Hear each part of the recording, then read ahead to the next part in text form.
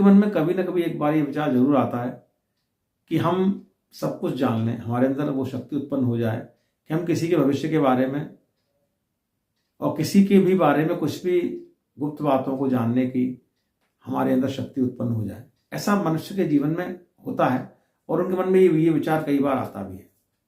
तो ये साधना आपको इस मार्ग पर भी अग्रसर करेगी और आपको इसमें प्रवीण भी कर सकती है। ये साधना 7 दिन से लेकर के 41 दिन 90 दिन तक भी जा सकती है। आपकी योग्यता क्षमता के ऊपर आधारित है कि ये आप कितने दिन में से पूरा कर पाते हैं।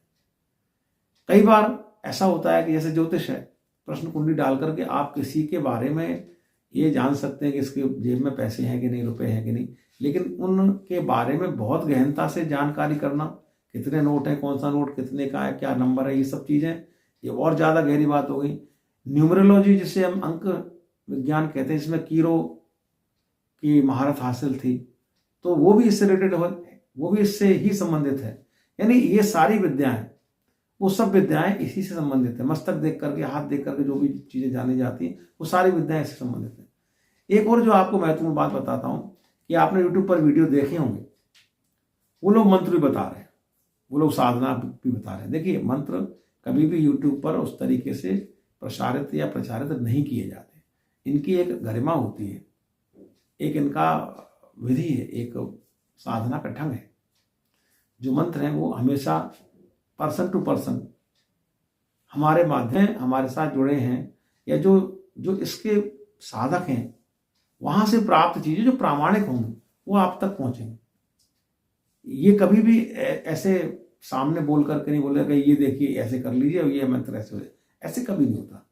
ये हमारा उद्देश्य आप जानते हैं, कभी भी इस चैनल का उद्देश्य ये नहीं रहा कि हम सिर्फ अपने चैनल पर सनसनी फैलाने के लिए कुछ ऐसी वीडियोस बना दें जिससे आप उत्तेजित हो जाएं उसको देख करके। ऐसा नहीं, हम चीज़ें करवाते हैं तो साधना ढंग से ही करवाएंगे। तो ये सब चीज़ें आप ध्यान रखें और बहुत ध्यानपूर्वक अगर आप करेंगे तो आसानी से प्राप्त कर सकेंगे। आज मैं आपसे एक ऐसी साधना के बारे में चर्चा करने जा रहा हूं इस प्लेटफॉर्म से जो आपके लिए नई होगी। आपने बहुत जगह पर अपनी कुंडली दिखाई होगी, वास्तु के बारे में किसी से जानकारी ली होगी, या जिस स्थान पर आप मकान बनाना चाहते हैं उस जमीन के बारे में आपने जानकारी लेना चाहिए होगी। ये इस तरह की बहुत सारी बातें, विवाह कब होगा, नौकरी कैसी लगेगी, और जो भी ज्योतिष से संबंधित बातें होती हैं वो सब आपने ज्योतिषियों से पूछी होंगी, उनके पास गए होंगे। बहुत से लोगों ने मेरे से भी कुंडलियां बनवाई हैं और परिणाम जाने हैं, लेकिन इस सब के पीछे भी एक अलग विज्ञान है। मैं आज आपको एक ऐसी साधना के बारे में बताने जा रहा हूं जिसका नाम नया तो नहीं, आपके लिए हो सकता है कुछ लोगों की नया हो, उसे हम पंचांगुली साधना के नाम से जानते हैं। आप ये मान लीजिए कि मां भगवती का एक स्वरूप पंचांगुली देवी का स्वरूप है। इसका निवास या वास स्थान हमारे हाथ की हथेलियों में, ऐसे उंगलियों में, हथेलियों में, यहां तक ये होता है। एक श्लोक आपने प्रारंभ में बहुत बार सुना होगा, कराग्रे वसते लक्ष्मी, कर मध्य सरस्वती, करमूले तु गोविंद, प्रभाते कर दर्शन। तो हाथों में देवताओं का, देवियों का वास होता है, ये बात तो इस मंत्र से जाहिर है। तो आपको मैं ये बता देना चाहता हूं कि पंचांगुली देवी का वास हमारी हथेलियों में है, और मां भगवती के स्वरूप की विशेषता यही है कि जिसने ये साधना की वो किसी व्यक्ति का हाथ देखने की आवश्यकता नहीं है। साधना फलित होने के बाद आप किसी का हाथ पकड़कर उसके बारे में सारी जानकारियां प्राप्त कर सकते हैं, उसको बता सकते हैं।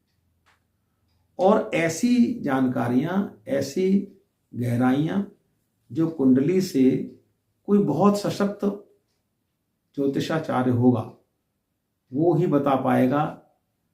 लेकिन वो ज्योतिषाचार्य भी ये बिल्कुल संभव है कि उसने पंचांगुली साधना की हो, क्योंकि आप अगर ज्योतिष में जाते हैं तो बृहद पाराशर संहिता है, भृगु संहिता है, अत्रि संहिता है और भी कई सारी पुस्तकें हैं।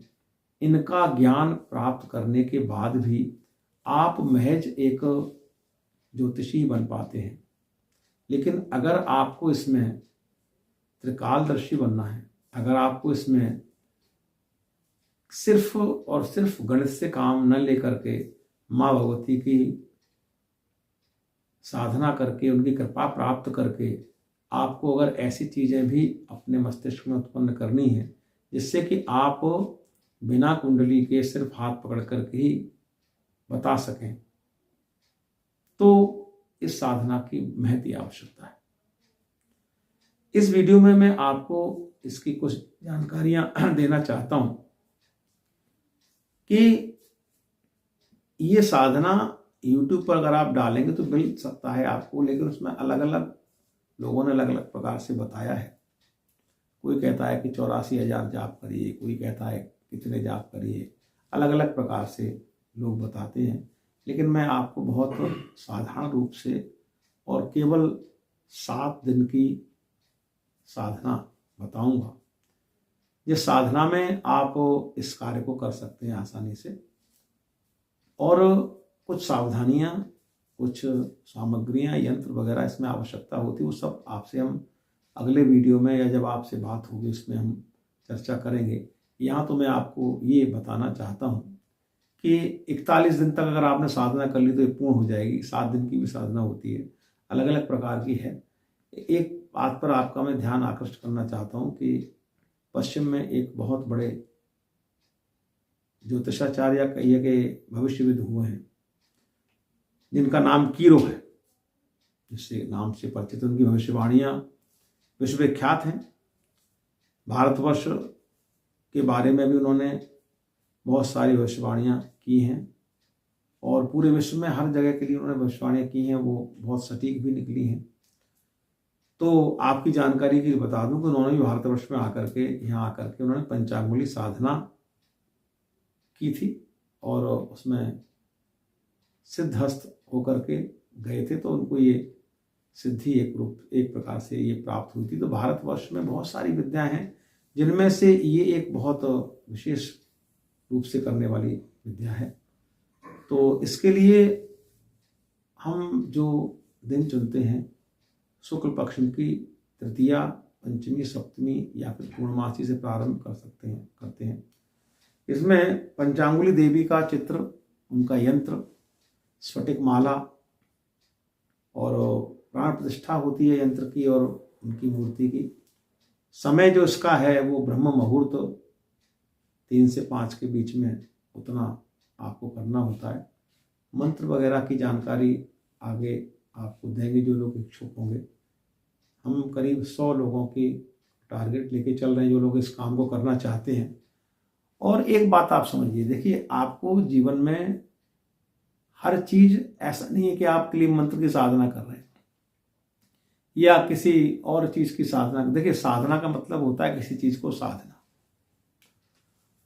और उससे पहले आपको स्वयं को साधना होता है, अपने चित्त को साधना होता है।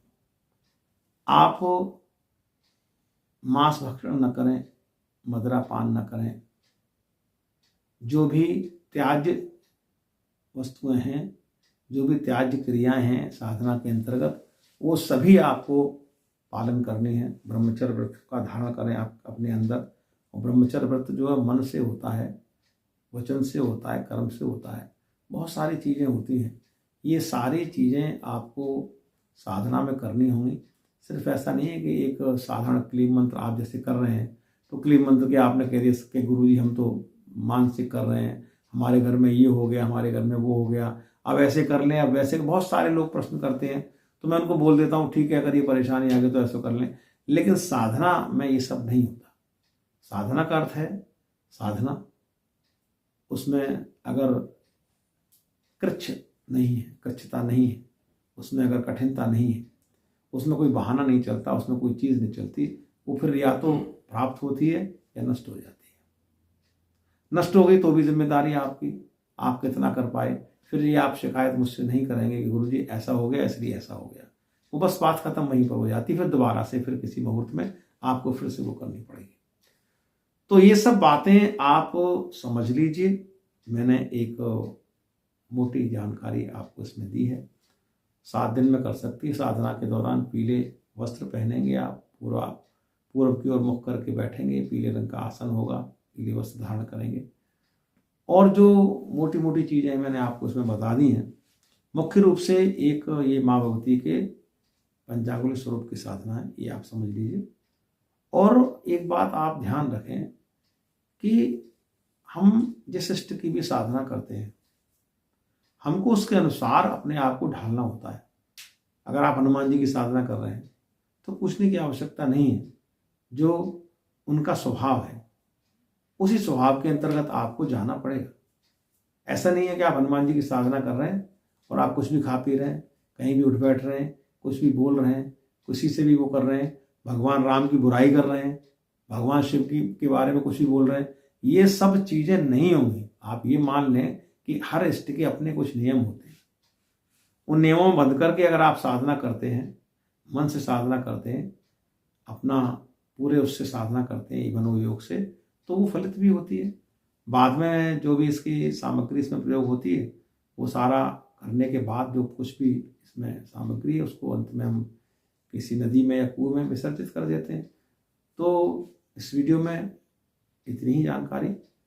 आगे फिर आपसे जो भी मुझे रिस्पॉन्स मिलेगा, जो भी आपके प्रश्न आएंगे, उनको लेकर के फिर आपसे अगले वीडियो में चर्चा करेंगे। जो इच्छुक होंगे उनके लिए फिर इन चीज़ों की व्यवस्था भी बनाएंगे कि किस तरीके से आप इस साधना में जा सकते हैं। तो इस वीडियो में इतना ही। जुड़े रहिए हमसे, लगातार देखते रहिए धर्म रहस्य विद डॉक्टर राजीव मिश्र। नमस्कार, शुभ रात्रि।